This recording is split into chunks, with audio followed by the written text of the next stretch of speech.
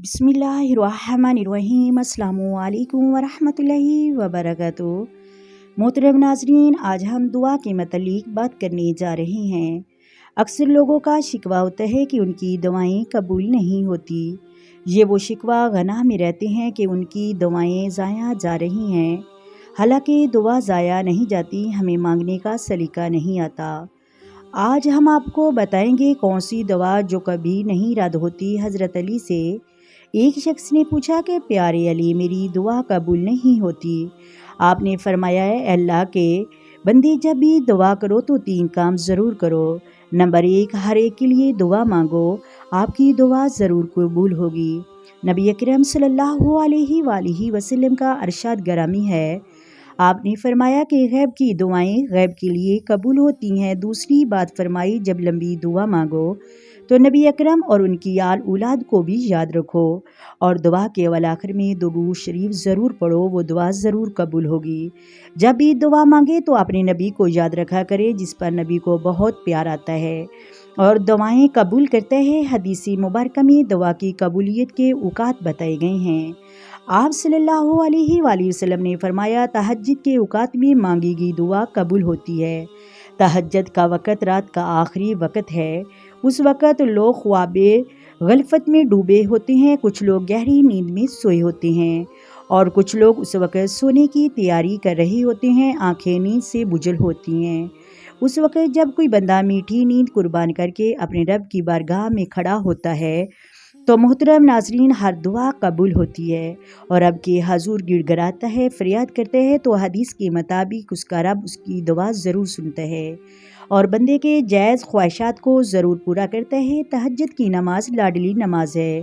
उस वक़्त जो दुआ मांगी जाए वो ज़रूर कबूल होती है। यही वो वक़्त है जो अल्लाह तबारिक व तआला आसमानों दुनिया पर कहता है, कोई मुझसे मांगने वाला मैं उसे अता करूं, कोई रिज़्क़ का तालिब है मैं उसको अता करूं, कोई बख्शिश का तालिब है मैं उसकी बख्शिश करूं। उस वक़्त जो लोग जाग रहे होते हैं, रब से मांग रहे होते हैं, उनकी मुरादें पूरी हो जाती हैं, वो मुराद पा जाते हैं। और जो सोए होते हैं वो शिकवा करते रह जाते हैं कि रब हमारी दुआएं नहीं सुनता। दूसरा वक़्त सजदे का है। सजदे के वक़्त मांगी गई दुआएं कबूल होती हैं। इंसान के लिए सबसे मुश्किल काम किसी के सामने झुकना होता है। खुददार और इज़्ज़तदार लोग किसी के सामने नहीं झुकते, क्योंकि पशानी ज़िल्लत समझी जाती है। वो जान दे देते हैं मगर किसी के सामने गर्दन नहीं झुकाते। जिस वक़्त इंसान सजदे की हालत में होता है, उस पल वो अपने जिस्म के सबसे बुलंद और मोहतरम अज़ू यानी पशानी को झुकाकर अपने रब के हजूर दुआ मांगता है।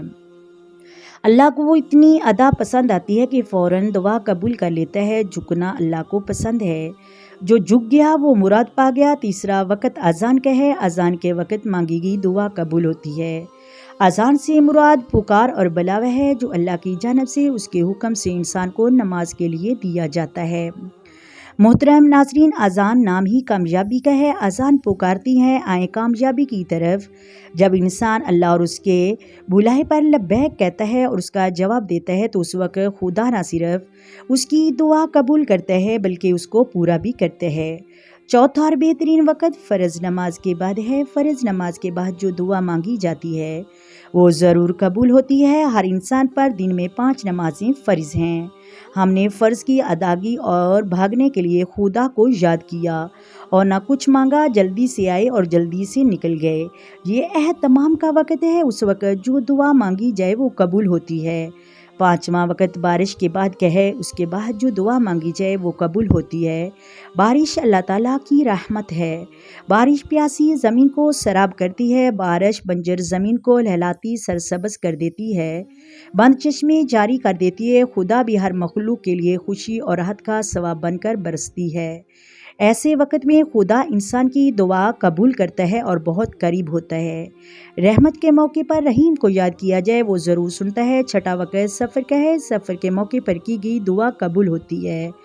मुसाफिर अल्लाह का मेहमान होता है। रब अपने मेहमान की दुआओं को रद्द नहीं करता। आज के दौर में हम मुसाफिरों से तंग आ जाते हैं और पूछते नहीं, उन्हें खाना नहीं देते। जब हमारी ये हालत होगी तो हमारी दुआ कैसी कबूल होगी। 7वां वक़्त अफ्तार का होता है। अफ्तार के वक़्त मांगी गई दुआ कबूल होती है।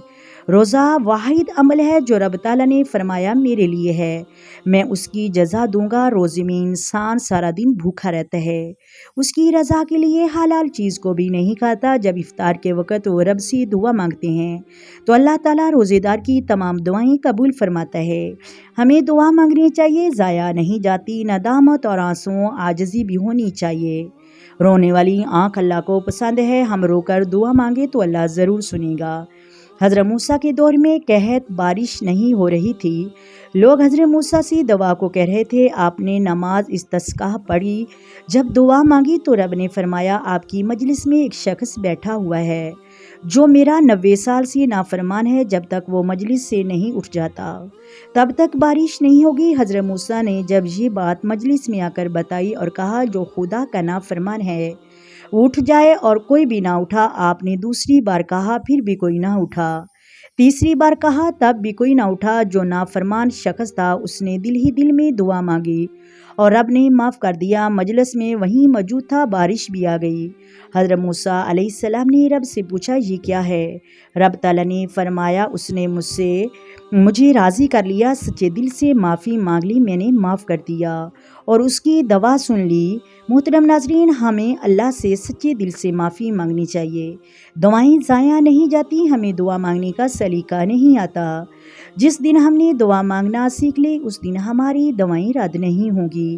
جب انسان دل ہی دل میں اللہ سے معافی مانگتے ہے اور کسی کو خبر نہیں ہونے دیتا پھر بھی اسے معافی مل جاتی ہے۔ ہم تو پیارے محبوب کے امتی ہیں، ہماری دعائیں کیوں نہیں قبول ہوں گی؟ بس دعا کا وقت اور سلیقے کا پتہ ہونا چاہیے۔ آئیں مل کر آقا دو عالم نور مجسم سرور کائنات صلی اللہ علیہ وآلہ وسلم کی ذات پر درود و سلام پڑھیں۔ الصلاۃ والسلام علیک یا سیدی یا رسول اللہ، الصلاۃ والسلام علیک یا سیدی یا حبیب اللہ، الصلاۃ والسلام علیک یا سیدی یا نبی اللہ وعلی آلک وصحبک یا سیدی یا محمد رسول اللہ۔ اللہ حافظ۔